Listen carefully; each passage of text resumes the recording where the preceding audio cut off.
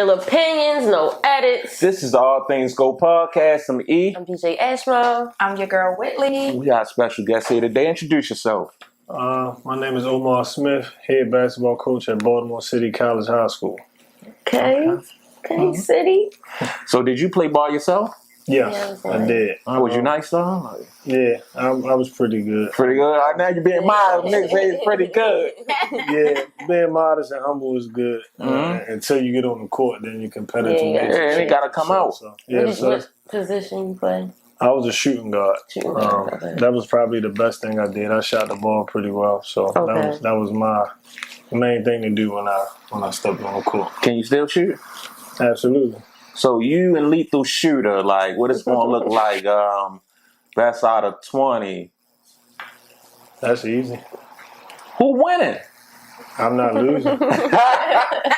So do you know who Lethal Shooter is? Yeah, I know. Okay. I know him personally. Oh, for real? He goes to my uncle's church. Oh. Yeah, so but between Baltimore and DC and that, coming up, he's a little younger than me, but I played against some guys that a couple years in front of him. A lot of us know each other in the same realm, so pretty good at what he do though. Yeah. Hell of a shooter. Yeah, but you say you'll beat him though. I'm not gonna lose 20 shots. I can make 20 shots. I'm not gonna miss out of 20 shots. I'm pretty sure he might not need them, but I'm confident making 20 shots. About 100 shots, like the song. 100 shots. What about 100 shots? Shit, fatigue guy come in at some point. That's a lot of shots. Arm get sore. Maybe 50. I wanted to ask too. So you played ball. So how did you get into coaching? Like switch over to that. After I finished college, I pursued a professional career in Germany. I played for maybe 5 or 6 years. That's cool. When I came back home and decided to start work, one of my old coaches got me working in the school system. Okay. Once I started working in the school system, again, former mentors and coaches kind of pulled me into coaching. Okay. And I ended up coaching with my former coach, Daryl Wade, that coached me at City. I ended up coaching with him and underneath him for maybe 7 years at City. So he was the varsity coach, I was the JV coach, and I was his assistant. And this year makes year 8 that I took over the program myself. So I've been the head coach for the last 8 years. Do you ever think people like squander their talent chasing the NBA when they actually go overseas, say like a Jello ball? It's kind of hard to say because there's so many different dynamics nowadays within the game. Kids are getting paid for NIL to go to college, or even some, getting things in high school, maybe, free gear from people and stuff. So I think more people now are more open to taking different routes than just the NBA because it's revenue, it's money to be made in different avenues. So I think the lane is kind of opened up a little bit more. I just see a lot of people with the Jello ball situation saying that he need to stop chasing the NBA and just go play overseas so he can make his money. Yeah. I think his brother even kind of said that in the interview. Yes, well, some people do have that determination to, just want to be, in the NBA. I'll take guys, a couple guys that I know personally, Malcolm Delaney and Gary Neal, who were very successful overseas, but also stepped foot in the NBA and had success in the NBA. But if not to speak on their personal business, but if I know from looking from afar, I would say they probably I know Malcolm made more money probably overseas. So, I mean, it depends. Kind of give and take. Just what you want to do, basically. Right. I get it. So with you being an overseas basketball player, you didn't actually play in the NBA, right? Right. Were there times that you wanted to play in the NBA?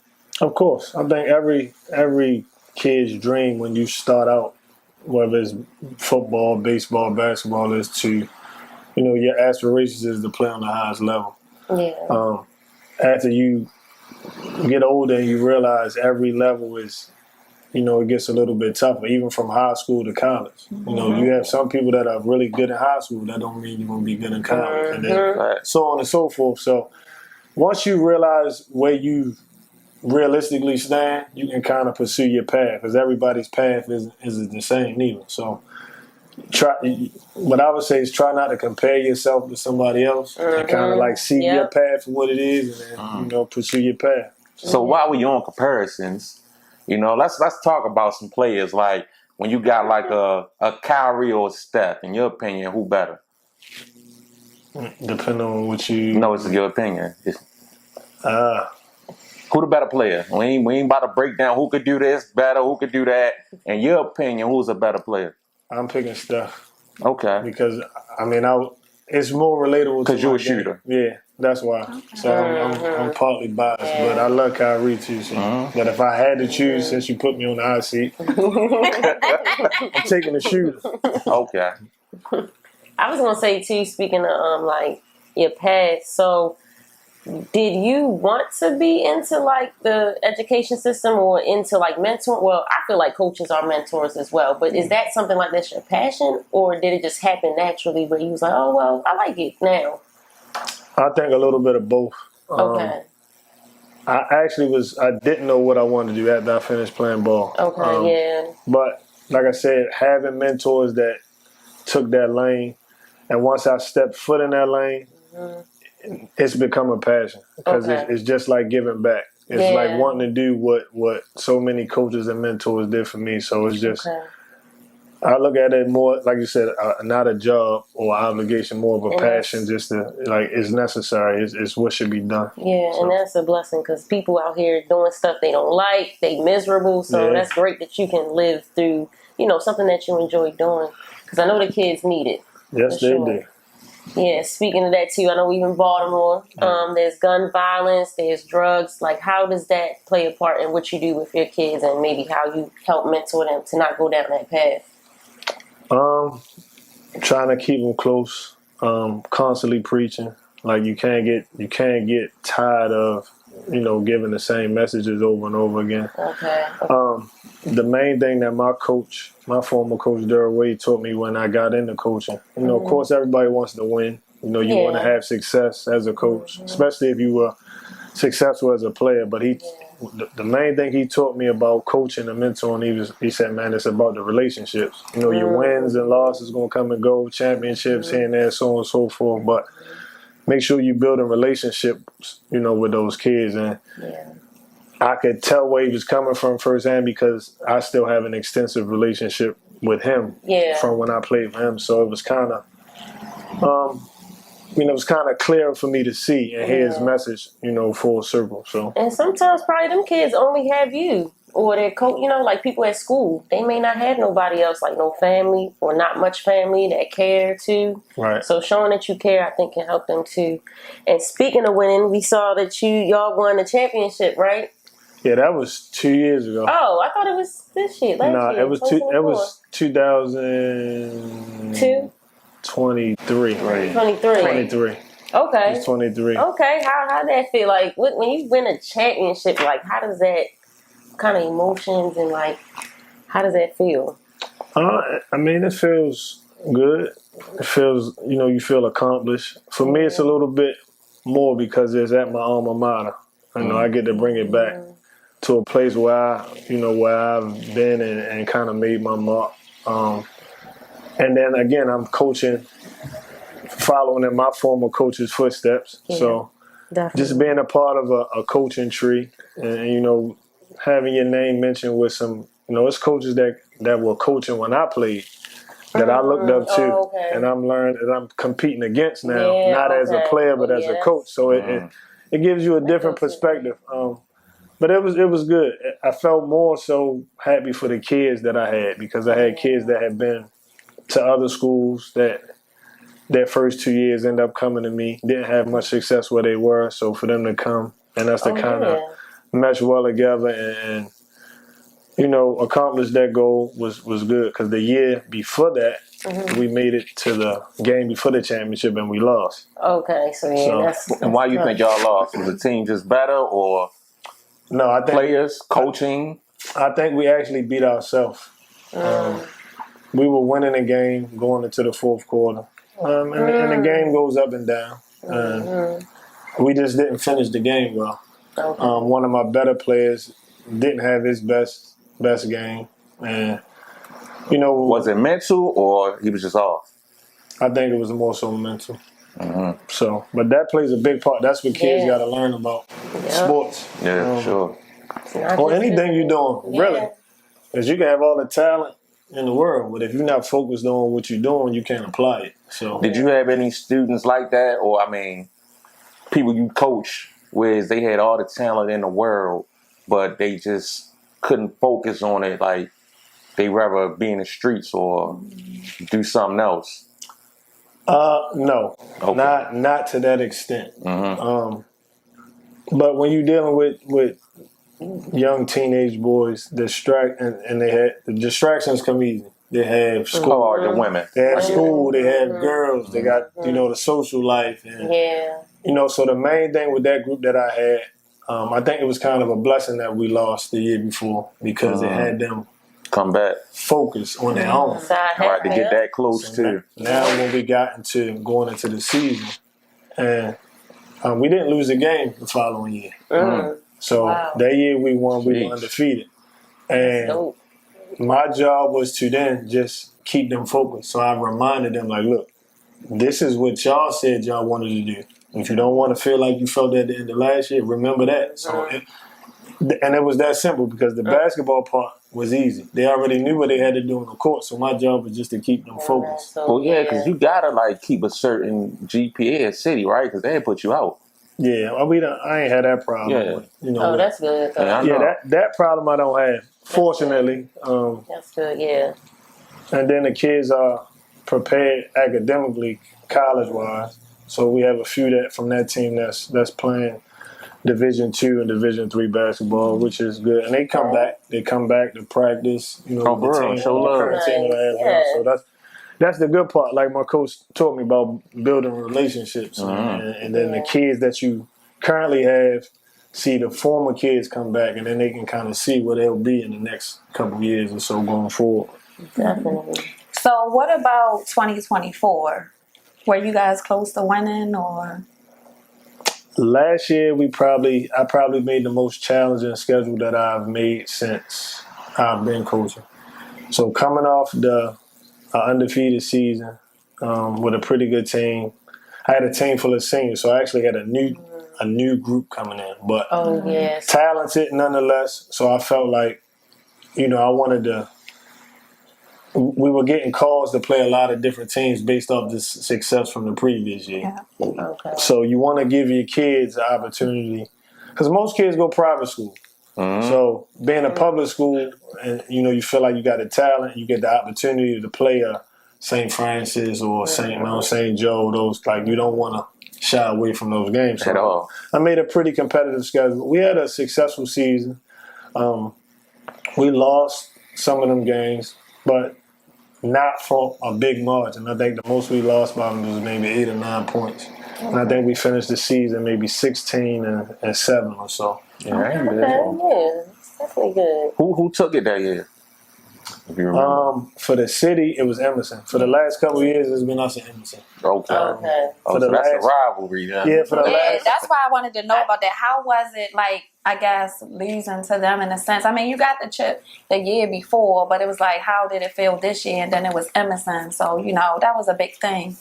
Yeah, well, of course, you'd be lying if you say you didn't want to win. Right. Sure. And you'd be lying again and say you're not upset if you lose. Right. But when you can kind of take yourself out of it and look at the bigger picture, at least somebody else in the city. Yeah. You've built a rivalry and an atmosphere that the kids get to play on. Like, our games are wall to wall. It's packed. Right. So when you can give your kids that opportunity to be seen and play in that atmosphere on that stage, some of them don't go past high school basketball. So to give them those opportunities, somebody got to win, somebody got to lose, unfortunately. But the atmosphere and the culture that has built around it, that rivalry for the last couple of years, is a credit to Coach Darnell Emerson and myself, just running steady programs and having good kids, talented kids, and competitive kids. Because the last 4 years, the games have been 5 points, 4 points, 2 points, 3 points. How do you feel about the refereeing of these games? It's cool, or sometimes it be a little leaning towards the opponent? Like, is it rigged? Speak the truth. Tell the truth. You can't get fined. This ain't the NBA. Nah, I ain't worried about that. The officiating is bad. It could be a lot better. I'm gonna keep it at that. That's just my PG version. Okay. It can get a lot better. And for the kids' sake, you know, it could be a lot more balanced. It could be way more intentional, I'm gonna say. If they want the coaches to hold themselves to a certain standard and act a certain way so the kids can follow, then I think the officiating should be the same. Exactly. Yeah. That's tough. So is there like a huge bet? Well, you probably wouldn't even know about this, but like the betting scene with high school sports. Yeah, I know it is. Okay. Oh, really? I know enough people around town to Oh, yeah. to know. It's real. Yeah, I know it's real too, but I ain't know if he could speak on it or not. I ain't trying to put you in no position. I'm not placing bets. Oh, yeah, of course not. But just knowing, Yeah. It's a absolutely. big sir. thing. I've heard about it. I don't know why I was thinking too, because the Poly and City rival. But Poly do they even have a basketball team? Or They do. Okay. I mean, It's not really. It's different than football. Then I guess. They actually, a good friend of mine just took the job. This is his first year coaching, and mark my words, in the next couple of years, the program will be rebuilt. So that means it's trash right now, but they plan on getting better. So you do believe that the coaching definitely makes huge. Like you can have all the best players, but if the coaching not there, they not. Yeah, because a culture has to be built. Okay. Like so, Coach Tree at Lake Clifton's been coaching since before I was playing high school, but he has it's a certain type of player that has to go there. Like you can't, he's a disciplinarian. So if you can't follow orders, follow instructions, not gonna get in line, like you can't play for Coach Tree. And that's the bottom line. Okay. That's why he's been successful.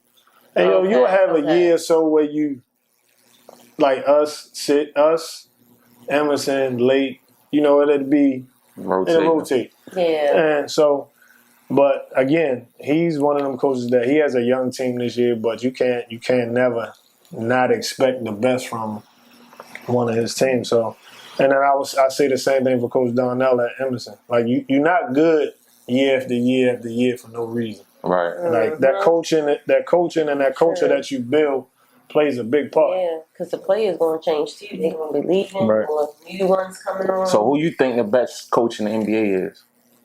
I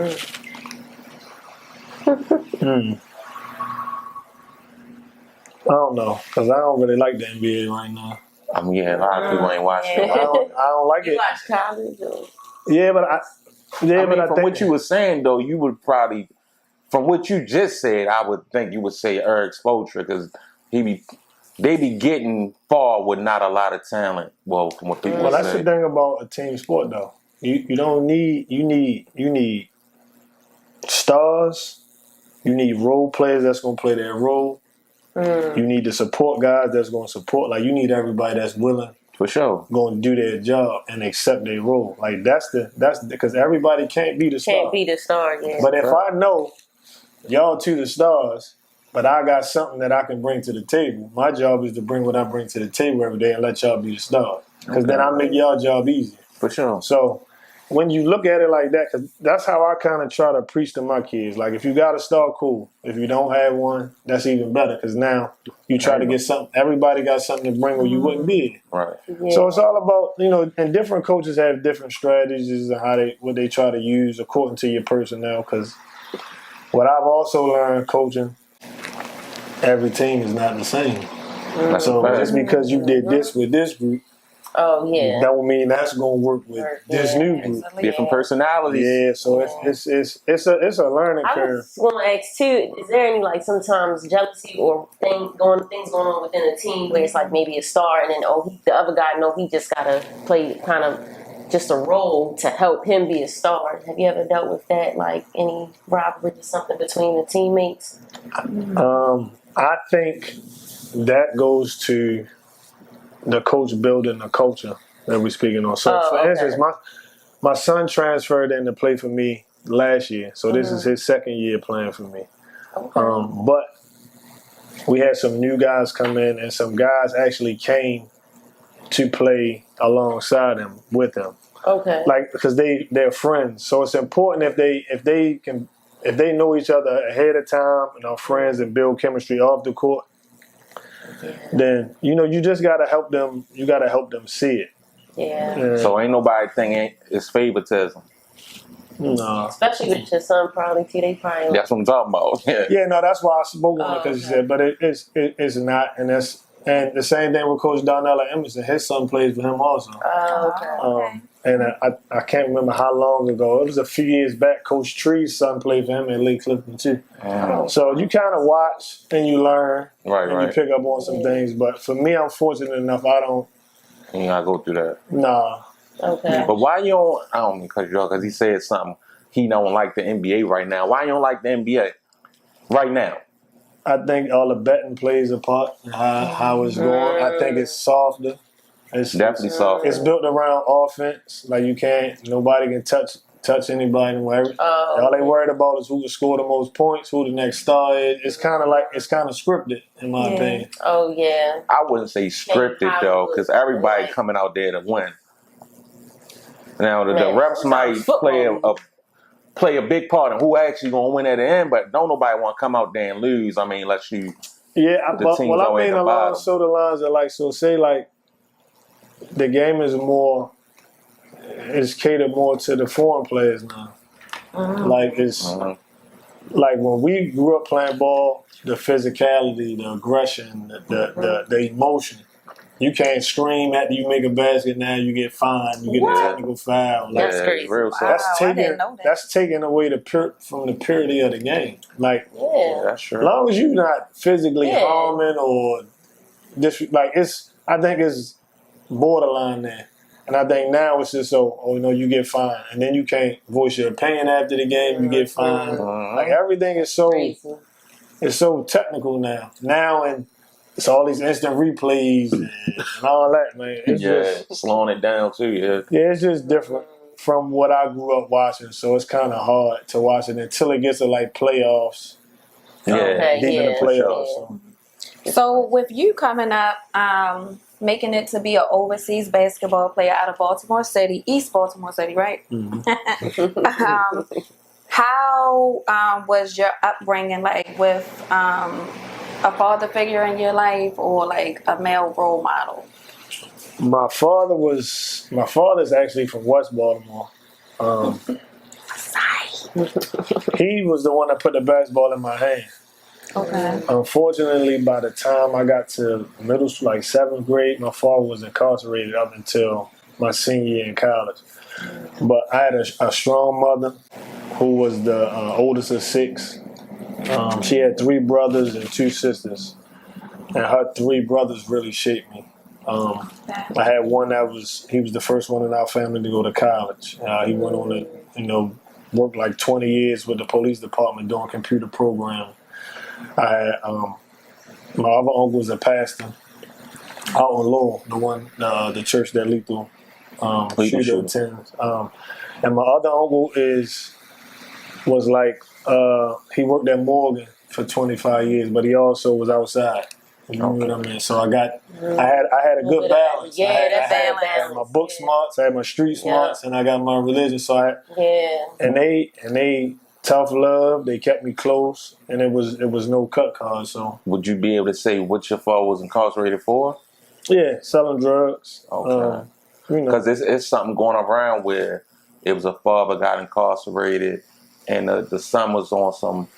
You like the streets more than me because you could have told and been home with me. You could have just snitched and came home, but you want to keep the code so bad and not be with your son. That's tough, and that's unfortunate. But me and my dad have a really tight relationship, and it taught me a couple valuable lessons. It taught me that nothing can replace time, right? So, and it also taught me being away from him. I went to visit him and I saw him, but when I had my own kids, that I wasn't nothing coming between me spending time with him. So, and I always made sure I told him that, because even from afar, it was guys coming home. Your dad know what you're talking about. He even wrote the Baltimore Sun. The Baltimore Sun called my high school coach and did an interview Mm. And because my father had wrote him a letter. What high school was that? I was at Patterson then before I transferred Okay. to City. Okay. And when you said your kids, you got a white woman? No. Okay, I was asked. Go ahead. My bad. So yeah, so even like that with my dad, even through his, mishaps or bad decisions, I always let him know that you taught me, like even through your mistakes, you taught me some valuable lessons that helped me out, going forward when I had my own kids. So What's up? So you think it's very important for, because you said even though your father was locked up, you still had some male Leadership with his yeah, uncles and stuff. my three uncles definitely helped shape me. A lot of my basketball coaches. So do you think that, not to cut you off, do you think that that's important for young men, especially in Baltimore? Like, we have a lot of gun violence and things like that. Do you think that one of the things that's missing is these guys having good male role models around them or good mentors? Absolutely, it's necessary. Yeah. I think it's. I mean, to me, what I always say is people got to parent their kids. Like You can't be their friends too. Yeah, it's a different time that we growing up in. Yeah. Like when we were coming up, I had to go knock on my friend's door. His mother come, hey Miss Gwen, can so-and-so come out? And now it's a visual. Now I know who my child is hanging with. Nowadays, everything is Through the social phone. media, through the phone. Kids don't go outside and play. What? Yeah, so it's just, I think. You couldn't wait till it snowed. You can go get some money, man. Get your shovel out. You knocking on doors. Yeah. Now they just begging. Yeah, and times have changed, so it's not all the kids' fault. Yeah, that's but the right. dynamics have changed. Like even now, like when I played ball in high school, I'm begging my mother to come to the game. She like, I got to work. And my mother was going to work. When she came home, she was tired. Yeah. Nowadays, parents change their whole schedule around. I got to go see my son play. I got to go see my daughter cheerlead. Now, I got to go. Is that more because they want to be like, I was there in case you make it, or that's more of the love of the child? You looking on it from the outside as a coach, because you see it. I think it's both, but it's still different from when we. Yeah. I just want to see if you're going to keep it a buck. My mother say, I tell my mother coming to the game, Mom, you said you was coming to the game. I'm tired. Don't ask me again. And we don't say nothing else. Nowadays, it's totally the. Right, you ask me again, you won't be going to the game. Exactly. Right. That's gone. And I'm glad that you said that, because I think that is so important when you grow up, that your parents support what you are doing. And my kids, they look forward to me being there. Like, minus a game, you come.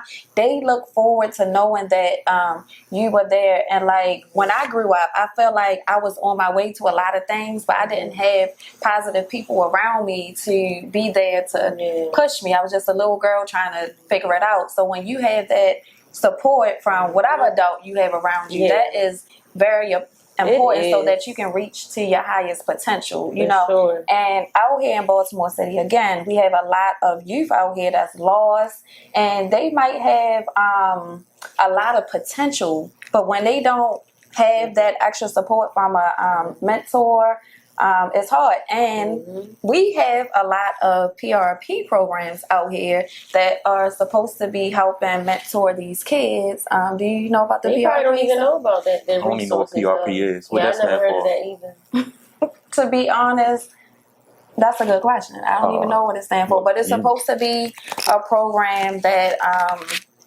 Public resource program? That's a good guess. PRP.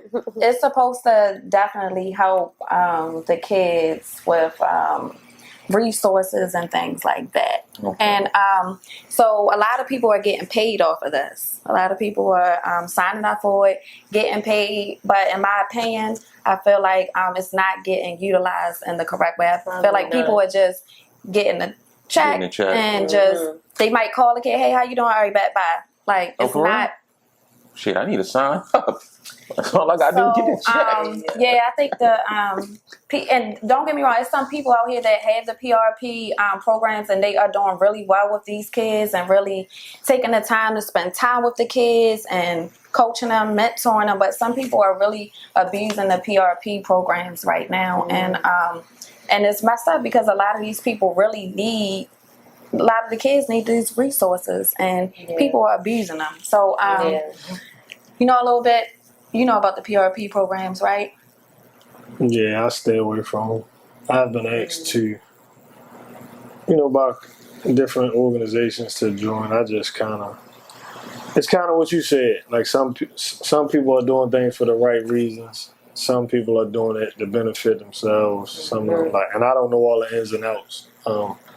It's just you gotta kind of gauge the people that are doing it. But you can't really knock somebody for trying to do better for themselves when it's a system in place where it's just going around. So I just kind of stay away from it myself. But I'm aware of some of the ramifications of the PRP program. So if you were presented to be able to get your own PRP program, and you run it to be yours, of course you have people that'll help you. What is one of the things that you would do to give back, or what would be on the top of your list in your PRP program to help the youth out? He don't want to do it. Nah, if I picking a solid team first is the main thing. On the top of my list would be community engagement. Sometimes you gotta give kids a mirror, and you gotta remind them like, yo, this is your neighborhood, or this is where you come from, or this is your city. Like, you're able to make an impact here if you choose to. Right. I think sometimes they don't see it that way. So just off the top of my head, that would be probably my first thing, to try to get them to realize like, yo, this is your city, this is your community.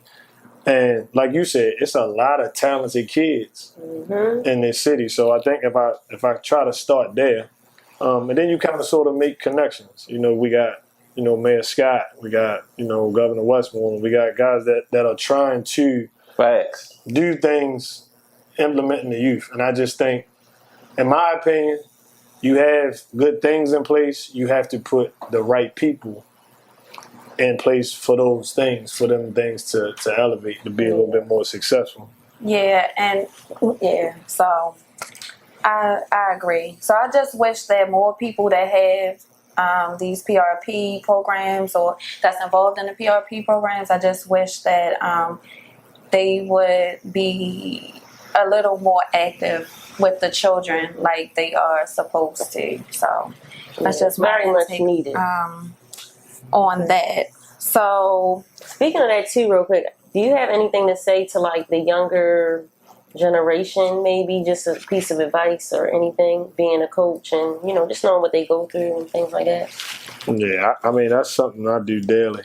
Like, one of the big things for me that I've learned from coaching is that you have a voice, and then you got to realize like kids look at you a certain way, so indirectly you're teaching them how to move through your actions, how you carry yourself. So I try to make myself very fun and aware of that, and I say that because it's not just about the kids that you coach in your own program. I have a good relationship with a lot of other kids that play for a lot of other coaches, but I may know them through their parents or whatever type of way. You still got to be mindful that you carry yourself a certain type of way. You have certain conversations with them, or for me, I might shoot them a message on game day. Good luck today. Good job. Have a good game. Encouragement. Yeah, just so they know, because I think now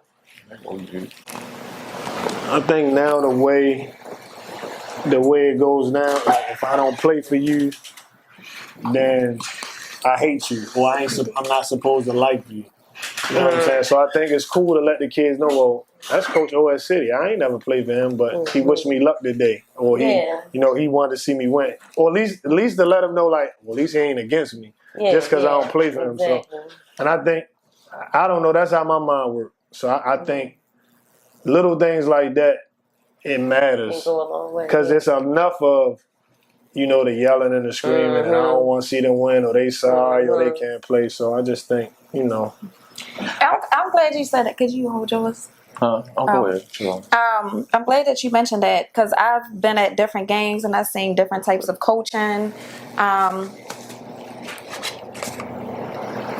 there are some coaches that be out there yelling at the kids and like cussing the kids out, how you just kind of was talking about that. How do you feel about that? Like kids, the coaches, like, do you think that's good for the kids or bad for the kids? I don't think you're going to meet a coach that's passionate about whatever sport they're coaching that's not going to yell at them. Right. That's just being realistic. Mm-hmm. But,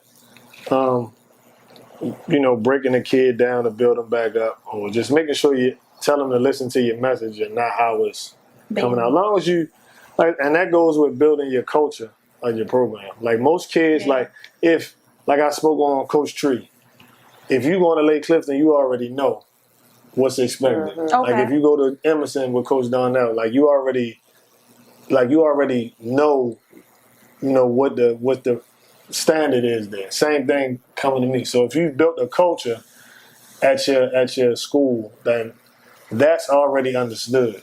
So you come to City, you can't a 2.5 ain't acceptable. That's 2.0 because that's the standard. You legally got to let a kid play if you got a 2.0. You can't play for me with a 2.0. That means you barely passing. Right. So and it's not like I don't want you to play, but you're here to do schoolwork first. So that means you got a 2.0 without basketball. You get ready to play basketball. You're going to be practicing 6 days out of the week with games. Your 2.0 going to drop. It's not going to go up. But am I allowed to play for you if I, star player, but I got 3 chicks pregnant at the same time, and now I had 3 baby mamas, and I got to get diapers, and I got to spend time with these kids, but I still got to go to practice. Like, how that go?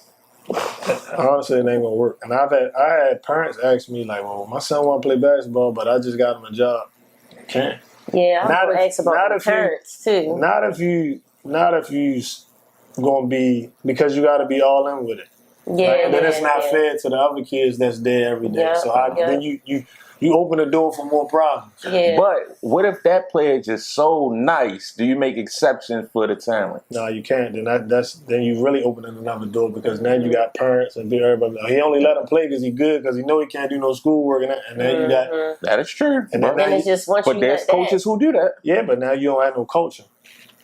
So now, standards. Because when you got a coach in the standard, you're gonna get good. You're gonna get good kids every couple years. But they might not be that kid. Yeah, but that happens every couple of years. So that's standing on business. Gotta do what you gotta do. For longevity purposes, but your main thing is you gotta teach them. What am I teaching them if I say, "Oh, you can play because you're good"? Nah. I yell at my star player the same way I yell at the player that played the least on my team. So my kids be like, "Yeah, that's crazy. You just fuss it all." I say, "But at least I don't have no picks." Right. So speaking of no picks, is your son the best player on your team? Yes. Okay. He might be the best player in the city. Okay. Shout out to him. Let's wrap it up. And you saying that because it's the truth, not because it's your son. Yeah, not biased. Yeah, no. Not biased. There's some good players in the city, but I think all around, he can do a lot more than what I could. Like I said, I was one dimensional. I could shoot the ball. He can rebound. He can pass. He can score. He can impact the game in other ways that at this age that I couldn't. And fortunate for him, we've committed to New Mexico State University, so he's already set to go to college. Clap it up for that. All right. Shout out. Okay. So, yeah. So Now, before we go, I did have one last question for you. I saw your journey on Facebook Instagram about you not drinking. So how long has it been that you have been alcohol free? Almost 2 years. If April the 28th of this year make 2 years. All right, let's take a shot at never mind. So, what, in a nutshell, without whatever you want to say, but what made you want to stop drinking? A couple of different things, but mainly it was my son. It started out from taking a break because, you know, from in 2023, we won the championship. It was like early March, celebrating, just, you know, being out, social, you know, people just, you know, showing love, offering drink, you know, you know, just on the same. And then my birthday was at the end of March. And then it kind of carried over to April. So then when I look up, I'm like, man, that's like 2 months of just being out drinking. So I said, no, I need to take a break. You know, it wasn't, I didn't have anything like crazy happen because that's the first thing people say. Right. And I said, no, ain't nothing crazy happened, but I just self-consciously, like, I know I've been out for 2 months straight and I've been enjoying it, but need to get back to, you know, my workout routine and stuff like that. So, and that's kind of sort of when the summertime is big from, well, after high school ball, you're going into the spring and summer is when AAU kicks in, and that's where most of the recruiting comes into play, and that's where I spend a lot of time with my son. So he started to elevate a lot of college opportunities, recruiting stuff came in. So, you know, I just, you know, I'm a firm believer in God, and I sit down, you know, said my prayers, and I was like, I could see him going this way. So I was like, God, I'm going to make sure I stay clean. I'm going to stay clean. I just wanted to be, you know, on point and focused. And every decision that had to be made for him. So that's kind of where, and I kind of made a pact with God. And I was like, as long, you know, I see you keep on putting him this way, so I'm going to keep leaving that alone. And that's basically do you see a huge difference within your body and yourself with everything after stopping? Yeah, and I, just like, unfortunately, like the last couple, even like in the last couple weeks, in the last year and a half, so like, I don't know if y'all heard, we had a big loss in the basketball community day before yesterday. Coach Dietrich, who was a good friend of mine and kind of a mentor, coach at Merville High School, passed from a heart attack. Then I had a friend a high school teammate of mine, his brother passed like 3 weeks ago from a heart attack. And him and Coach Dietrich, and they all are cousins. Then we had a guy, Ed Tyson, that worked at the school with the kids that used to play ball and referee. He passed last year from a heart attack. God damn. So it just kind of, and not saying that's related to drinking. Yeah, but just health period. I just know I'm looking up at 50. Like, you know, you going up and you're not getting no younger. The years going by faster. So for me, like, you know, my health, I just want to be around to see my boys grow up to be men. And you know, when you see people that you close to or people that you interact with every day, it makes me uneasy and it scares me. Like, Dietrich is somebody I talk to, I see often.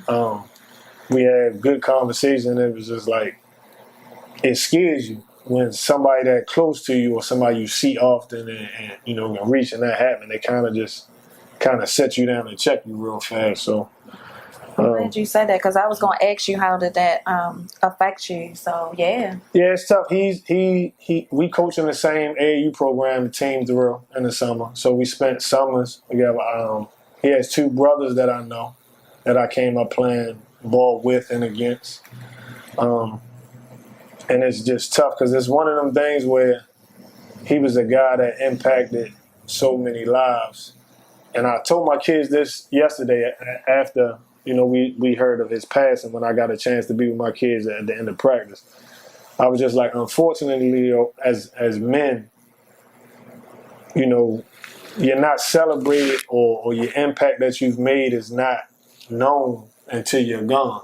And I said, nowadays, you know, if you were a decent guy or at least halfway decent, you know, you get a couple posts for a day or two on social media, and then, you know, people mourn you for a day or so and life go on. So it's unfortunate, but I just had to get them a reality because they can ready to go out in the real world. You know, whether they pursue basketball, they going to get a job.